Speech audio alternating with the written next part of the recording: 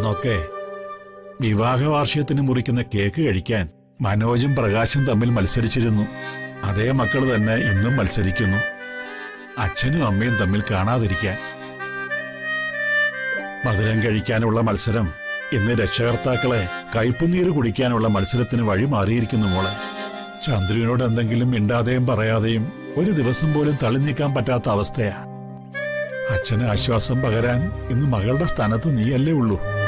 വല്ലപ്പോഴും ചന്ദ്രുവിനെ കാണാൻ ഒരു വഴി പറഞ്ഞതാ മോളെ.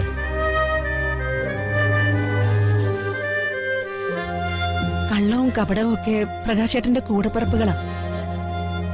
അങ്ങനെയുള്ള മകനോട് അച്ഛനും ചെറിയ ചെറിയ കള്ളങ്ങളൊക്കെ ആവാം.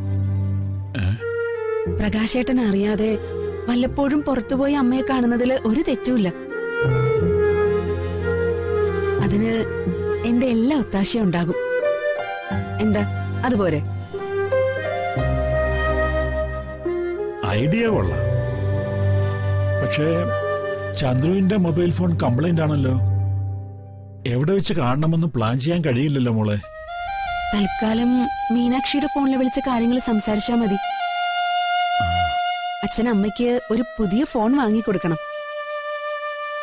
വില കൂടിയ സ്മാർട്ട് ഫോണൊന്നും വേണ്ട. അത്യാവശ്യം കാര്യങ്ങൾ അറിയാൻ ഒരു സാധാരണ ഫോൺ മതി. അപ്പോ കോണ്ടാക്ട് പ്രശ്നവും പരിഹരിക്കാം. ശരി, അങ്ങനെ തന്നെ ചെയ്യാം. എന്നൊരു പാഠം പഠിപ്പിക്കാൻ വേണ്ടി അപ്പച്ചി കള്ളപ്രവചനം നടത്തിയതാണെന്ന് മനസ്സിലായി. ജഗന് മൃത്യുദോഷമൊന്നുമില്ല. എന്നാലും ജഗന്റെ നന്മയ്ക്ക് വേണ്ടിയല്ലേ വഴിപാട് നടത്തിയത്. അത് അബദ്ധമായി എന്ന് എനിക്ക് തോന്നുന്നില്ല. അതിന്റെ കാരണം കൂടി അറിഞ്ഞാൽ പറയാം.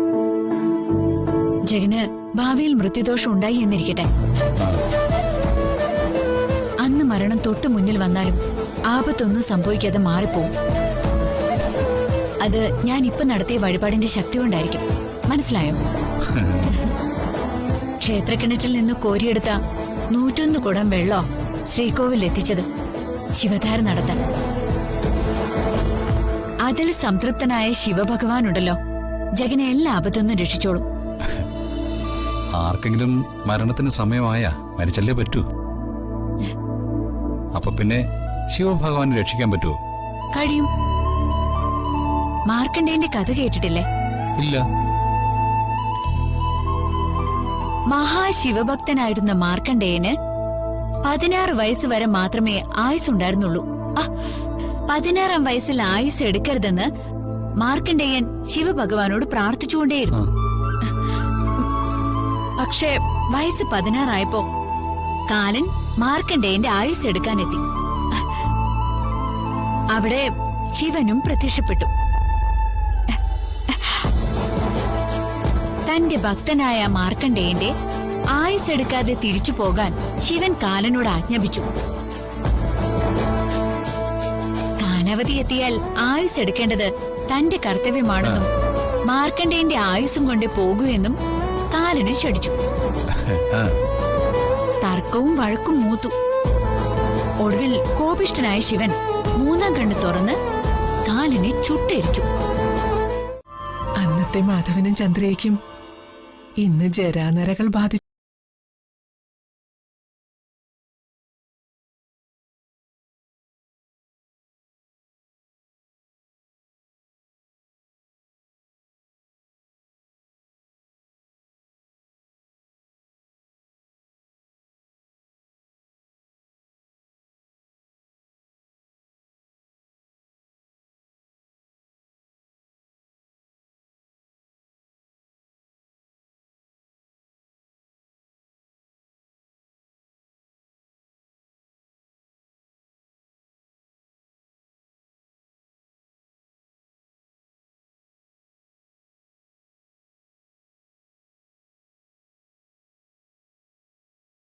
മകന്റെ യൗവനം പുരാണത്തിലേതുപോലെ കടം വാങ്ങിക്കുന്ന അച്ഛനാകും എന്റെ മാധവേട്ടൻ.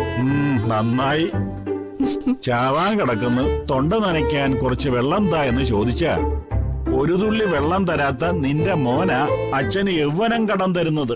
ദേ വേണ്ട, എന്റെ മക്കളെ കുറ്റം പറയണ്ട.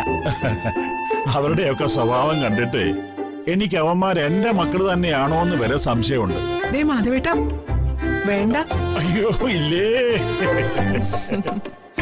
ആ, നമുക്ക് ആദ്യം ഏതെങ്കിലും ഒരു റെസ്റ്റോറന്റിൽ പോയി എന്റെ ഭാര്യയ്ക്ക് എത്ര കഴിച്ചാലും കൊതി തീരാത്ത ഒരു മസാല ദോശ കഴിച്ചേക്കാം. എന്താ? ആ, മസാല ദോശയും സാമ്പാറും ചട്നിയും വടയും നല്ല ചൂട് ചായയും. അത് കഴിച്ചിട്ട് നമുക്ക് ഏതെങ്കിലും വലിയ ആൾത്തിരക്കൊന്നുമില്ലാത്ത ഒരു പാർക്കിൽ പോകാം. എല്ലാം മാധവേട്ടന്റെ ആ, ഇഷ്ടം. എങ്കി വാ.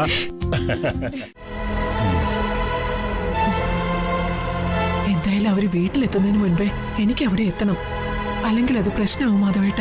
ആ, ധൃതി വെക്കാതെ. നിനക്ക് ഭക്ഷണം കഴിക്കണ്ടേ? വേണ്ട. ഓർഡർ ചെയ്ത ഭക്ഷണം കഴിക്കാൻ കഴിഞ്ഞില്ലല്ലോ, അപ്പോഴേ മനസ്സുമെടുത്തു. ചന്ദ്രു, ഭക്ഷണം ഉണ്ടാക്കുമ്പോ അതാര് കഴിക്കണമെന്ന വിധിയും അതിനൊപ്പം ഉണ്ടാവും. നമ്മൾ ഓർഡർ ചെയ്ത ഭക്ഷണം നമുക്ക് വിധിച്ചിട്ടുള്ളതല്ല, അതാ കഴിക്കാൻ പറ്റാതെ പോയത്.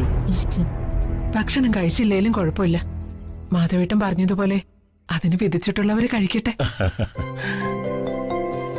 ഹരിത നമ്മളെ കാണാത്തതിലാ എനിക്ക് ആശ്വാസം.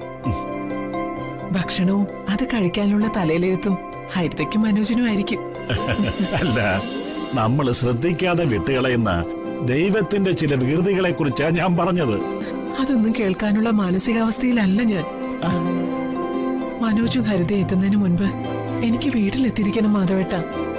മനോജും ഹരിതയും നമ്മുടെ മോനും മരുമോളും അല്ലേ, അല്ലാതെ രക്ഷകർത്താക്കളൊന്നും അല്ലല്ലോ. അതെ, പേടിക്കാതെ തഞ്ചപ്പെട്ട് നിൽക്ക് ചന്ദ്രു.